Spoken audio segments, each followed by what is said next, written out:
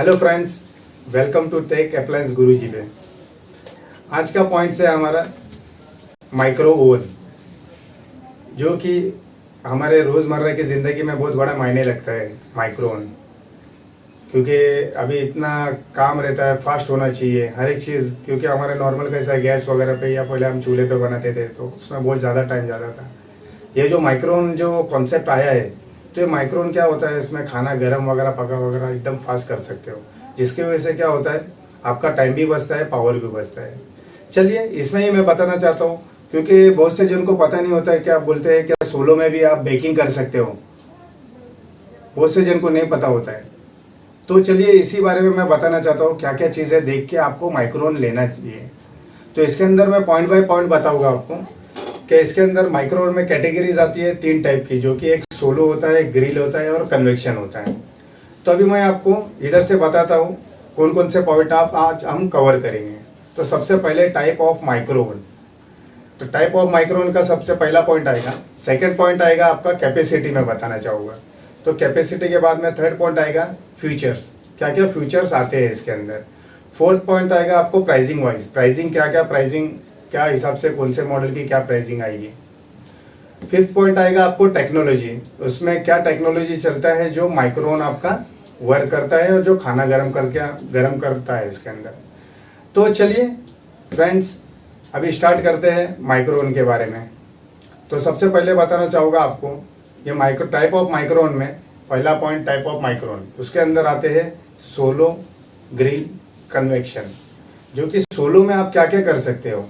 Solo micro oven में आप जैसे कि खाना वगैरह गर्म कर सकते हो, नॉर्मली खाना वगैरह को नॉर्मल दाल चावल वगैरह या फिर नॉर्मल चीज़ें ऐसी बना सकते हो सिर्फ। फिर सेकंड आता है ग्रिल। ग्रिल में आप क्या क्या कर सकते हो। ग्रिल में ओनली सिर्फ आप ग्रिलिंग कर सकते हो, जैसे कि बेकरी आइटम हो गया, नान खटाई, टोस्ट, बिस्किट, केक्स और बहुत सी चीज़ें बना सकते हो। फिर थर्ड वाला आता है कन्वेक्शन मॉडल। जो कन्वेक्शन में क्या होता है, convection is a all rounder. Convection में आप सब कुछ बना सकते हो, आप खाना गर्म भी कर सकते हो, पका भी सकते हो, वेज नॉन वेज आइटम बना सकते हो आप, ऑल थिंग। फिर और दोस्तों कैपेसिटी के बारे में। तो कैपेसिटी माइक्रो ओवन में डिपेंड अपॉन फैमिली मेंबर्स के हिसाब से आपको लेना चाहिए। सबसे पहला 2 फैमिली मेंबर हो गए तो उसमें यूज़ के हिसाब से अगर सोलो लेना है सिर्फ प्री हीटिंग पर्पज़ के लिए तो 15 से 20 लीटर तक के आ जाता है। अगर उसमें ही आपको लग रहा है कि कन्वेक्शन मॉडल लेना है, कन्वेक्शन 2 फैमिली मेंबर के हिसाब से, तो उसमें 21 से 20 लीटर तक, 23 लीटर तक के भी आ जाता है। और फिर फैमिली मेंबर्स आपके इधर 3 से 4 मेंबर्स हो गए तो आपको लग रहा है तो 3-4 मेंबर्स के लिए कन्वेक्शन मॉडल में ही आता है 27 से 28 लीटर तक के। और 4 से 6 मेंबर्स के लिए लेना है तो माइक्रो ओवन कन्वेक्शन में ही आएगा आपको 32 लीटर से लेकर 35 लीटर तक के। चलिए ये हो गया हमारा सेकंड पॉइंट। अब थर्ड पॉइंट आएगा हमारा फ्यूचर। क्या फ्यूचर देख के आपने लेना चाहिए। जैसे कि सबसे पहले तो मैं बताना चाहूँगा कि आपको चाइल्ड लॉक वगैरह ज़रूर देखना चाहिए, क्योंकि चाइल्ड लॉक बहुत ज़रूरी होता है, क्योंकि घर में छोटे छोटे बच्चे होते हैं।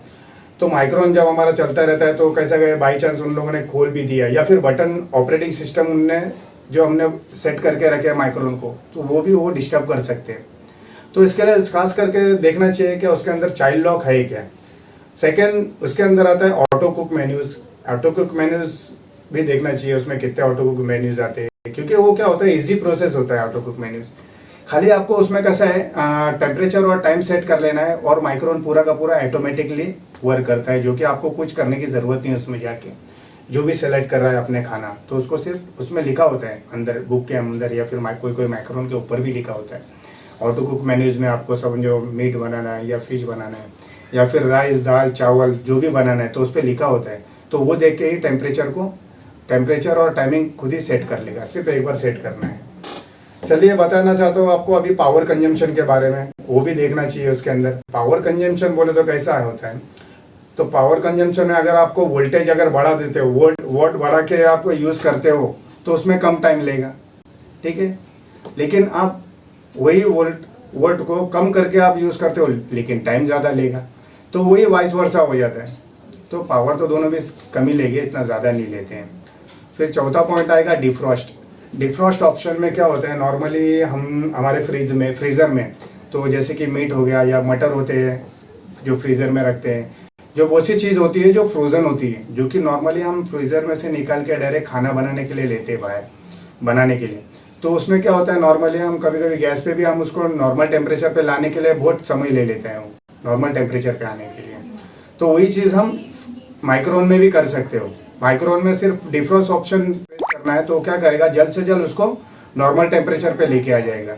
तो उसका फ़ायदा ये होता है कि खाना जल्द से जल्द बनने का काम होगा आपका। फिर देखना है प्री हीटिंग में क्या करेगा।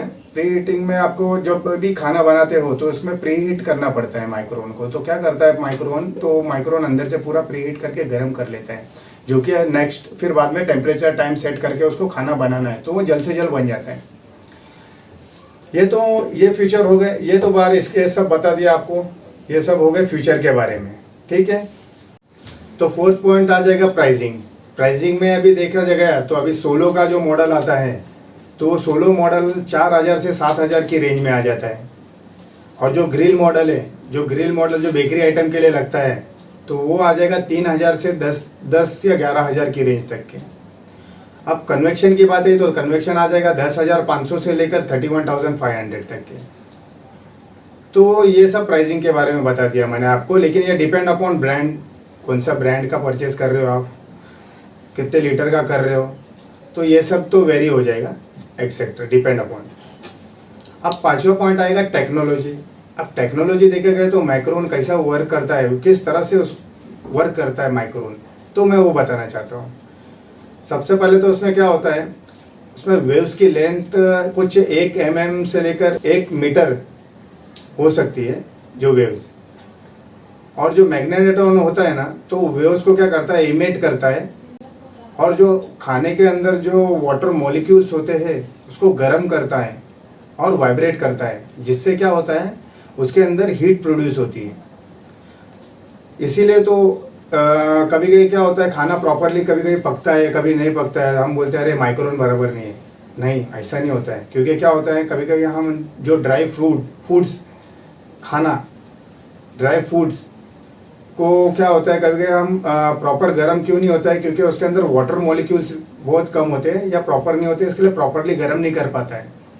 इसमें सिर्फ जो फूड के अंदर, जो खाने के अंदर जो वाटर मॉलिक्यूल्स होते हैं, तो उसको अच्छी तरह से खाना गर्म कर पाता है, क्योंकि उसके अंदर के मॉलिक्यूल को वाइब्रेट करता है और उसमें हीट प्रोड्यूस होती है, इसके लिए वो खाना बनता है। तो ये हो गई माइक्रोवेव की टेक्नोलॉजी की बात। तो ये सब देखा जाना चाहिए, ये तो सब मेन ऑप्शन होते हैं जो माइक्रोवेव लेने के पहले देखना चाहिए। तो कैसा लगा फ्रेंड्स ये वीडियो आपको? अगर आपको पसंद आया होगा तो प्लीज़ लाइक कीजिए, शेयर कीजिए और हमारे चैनल को सब्सक्राइब कीजिए और बेल नोटिफिकेशन प्रेस करना ना भूलिए, क्योंकि क्या होता है, मैं जो भी लेटेस्ट वीडियो बनाऊंगा तो उसका आपको नोटिफिकेशन आता रहेगा, सबसे पहले आपको आएगा। तो थैंक यू गाइज।